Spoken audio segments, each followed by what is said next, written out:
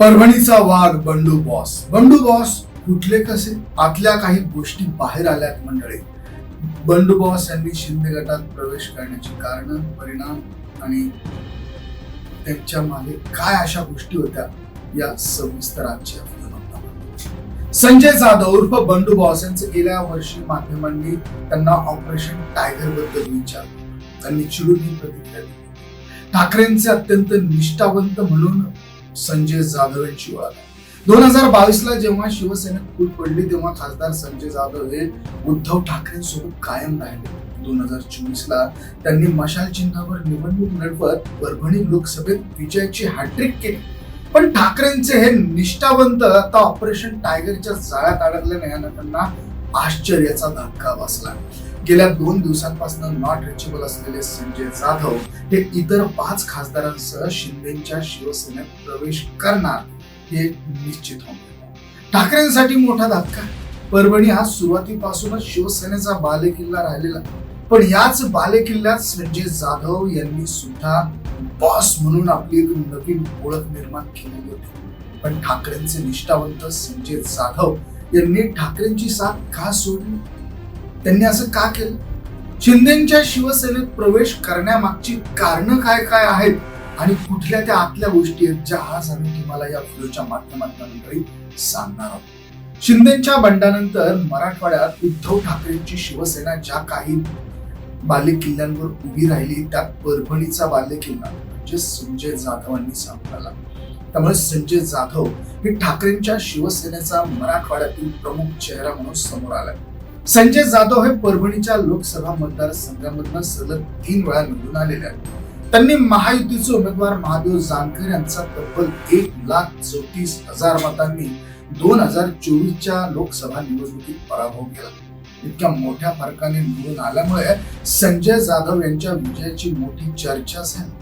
मुख्य म्हणजे ठाकरेंच्या सोबत कायम राहत संजय जाधव यांनी परभणीतली पक्षांतराची परंपरा मोडून काढली. परभणी जो खासदार निवडून येतो तो पक्षाशी द्रोह करतो असा आजवरचा शिवसेनेचा इतिहास राहिला. दिवंगत अशोक देशमुख यांच्यासह गणेश निमगावकर, तुकाराम रेंगे पाटील, सुरेश जाधव या 4ही नेत्यांनी शिवसेनेला सोडचिठ्ठी दिली. पण खासदार बंडू जाधव यांनी ही परंपरा खंडित केली. शिवसेनेसोबत एकनिष्ठ राहत जिल्ह्यात दीर्घकाळ राजकारण केलं. कार्यकर्त्यांची भक्कम फळी उभी केली. मतदारांच्या मनात त्यांच्याबद्दल असलेला विश्वास यामुळे संजय जाधव यांना बंडू बॉस म्हणून ओळख मिळाली. परभणीत तयार त्यांची ही ओळख झाली. पण गेल्या काही महिन्यांपासून संजय जाधव पक्षात नाराज असल्याच्या बातम्या वारंवार येत होत्या. याबाबत काही कारणही सांगितली. संजय जाधव यांनी शिंदेच्या सोबत जाण्याचं सगळ्यात महत्वाचं कारण सांगितलं गेलं ते म्हणजे सत्तेसोबत राहण्याची गरज. गेल्या काही महिन्यांपासून संजय जाधव यांच्या कार्यकर्त्यांमध्ये अंतर्गत चर्चांना मोठा वेग आलेला होता. विरोधी पक्षात राहून कामं होत नाहीत, कामं झाली नाही तर कार्यकर्ते टिकत नाहीत आणि त्यामुळे आपण हा निर्णय घेतला असं त्यांनी यावेळेस सांगितलं. तर त्यांचे समर्थक खासगीत अशा ह्या सगळ्या चर्चा करू लागले. याबाबत स्वतः संजय जाधव यांनी जाहीरपणे कुठलंही भाष्य केलं नाही. माझे अनेक कार्यकर्ते मला म्हणतात की आपण किती दिवस विरोधी पक्षात राहायचं, कधीतरी सत्तेत गेलं पाहिजे. 30-35 वर्ष झाले आम्ही तुमच्या सोबत आहोत पण तुम्ही निर्णय घेत नाही, आम्हालाही जाऊ देत नाही असे कार्यकर्ते आपल्याला सांगत असतात असं संजय जाधव यांनी सांगितलं.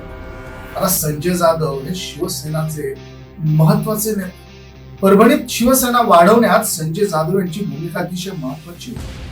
त्यामुळे संजय जाधव यांचा आपल्या मतदारसंघात चांगला दबदबा देखील निर्माण झालेला. परभणी, जिंतूर, गंगाखेड, पाथरी, मानवत, सोनपेठ या भागांमध्ये शिवसेनेची पारंपरिक संघटना त्यांनी उभी केली होती. त्याचा मोठा वाटा हा संजय जाधवांकडे जातो.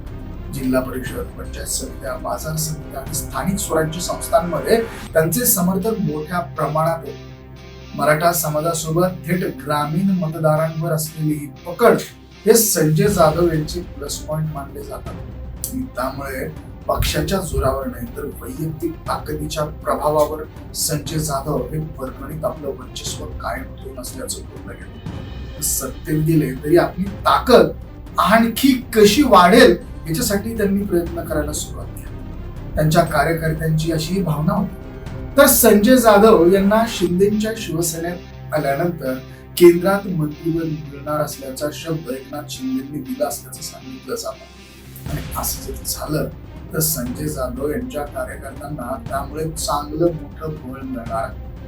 त्यामुळे कार्यकर्त्यांच्या भावनेचा आधार करत सत्तेसोबत जाण्याचा निर्णय यावेळेस ते घेऊ शकतात. केंद्रातलं मंत्रिपद याचं मुख्य कारण आहे. संजय जाधव शिंदेच्या शिवसेनेत गेल्याचं सांगितलं गेलं आणि संजय जाधवांना ठाकरेंना सोडण्याचं दुसरं कारण जे काही सांगितलं जातं ते म्हणजे पक्षाच्या अंतर्गत असलेली नाराजी. म्हणजे उद्धव ठाकरेंसोबत आपण कायम राहणार असल्याचं सातत्याने सांगणारे संजय जाधव हे गेल्या 3 ते 4 महिन्यांपासून पक्षापासून अंतर ठेवून राहत होते. मार्च महिन्यात उद्धव ठाकरेंनी मातोश्रीवर आपल्या खासदारांची बैठक बोलावलेली होती. त्या बैठकीला संजय जाधव अनुपस्थित राहिले होते. त्यानंतर एप्रिल महिन्यात सुद्धा परभणीतल्या पदाधिकाऱ्यांची उद्धव ठाकरेंनी मुंबईत बैठक बोलवलेली होती. पण या बैठकीला सुद्धा खासदार संजय जाधव हे गेलेले नव्हते. आता या मागे कारण काय तर स्थानिक पत्रकार ज्यावेळेस सांगतात ते सांगतात की गेल्या काही काळापासून परभणीचे खासदार संजय जाधव आणि परभणीचे विधानसभेचे आमदार राहुल पाटील यांच्यात अंतर्गत संघर्ष सुरू झाले आणि हा स्थानिक पातळीवर परभणीत पक्षाचे सगळे महत्वाचे निर्णय हे आमदार राहुल पाटील घेत होते. आणि असं स्थानिक पत्रकारांचं म्हणणं. जिल्हा परिषद तसेच परभणी महानगरपालिका आणि जिल्ह्यातल्या इतर स्थानिक स्वराज्य संस्थांच्या निवडणुकीत तिकीट वाटपाचं काम हे राहुल पाटील यांनी केलं असं सांगितलं जातं. तसंच महानगरपालिका निवडणुकीत पक्षाला जे यश आलं त्या विजयाचे शिल्पकार म्हणून राहुल पाटील यांना श्रेय देण्यात आलं. त्यामुळे जिल्ह्याच्या राजकारणात संजय जाधव यांना बाजूला सारून राहुल पाटील यांना पक्षाने ताकद दिली असल्याचं बोललं गेलं. अलीकडे ठाकरेंचे विधान परिषदेचे आमदार अंबादास दानवे हे विधान परिषद निवडणुकी दरम्यान एका कार्यक्रमात बोलताना सध्या तरी मी पक्षासोबत आहे, पुढचं काही सांगता येत नाही असं सूचक विधान त्यांनी केलं.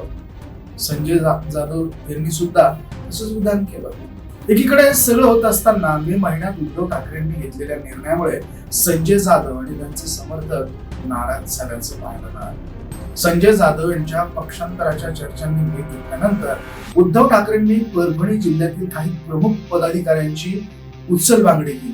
त्यामध्ये संजय जाधव यांचे कट्टर समर्थक असलेले गंगाप्रसाद आनेराव यांना जिल्हा प्रमुख पदावरून हटवून त्यांच्या जागी विष्णू मोरकुटे यांची नियुक्ती करण्यात आली. त्यानंतर संतापलेल्या संजय जाधव यांनी आपल्या समर्थकांची बैठक घेत त्यांना आपल्या पदाचे राजीनामे द्यायला सांगितलं. मुख्य म्हणजे संजय जाधव हे आता पक्षाचा भाग नाही असं समजूनच ठाकरेंच्या शिवसेनेने जिल्ह्यात नवीन पक्ष बांधणीला सुरुवात केली.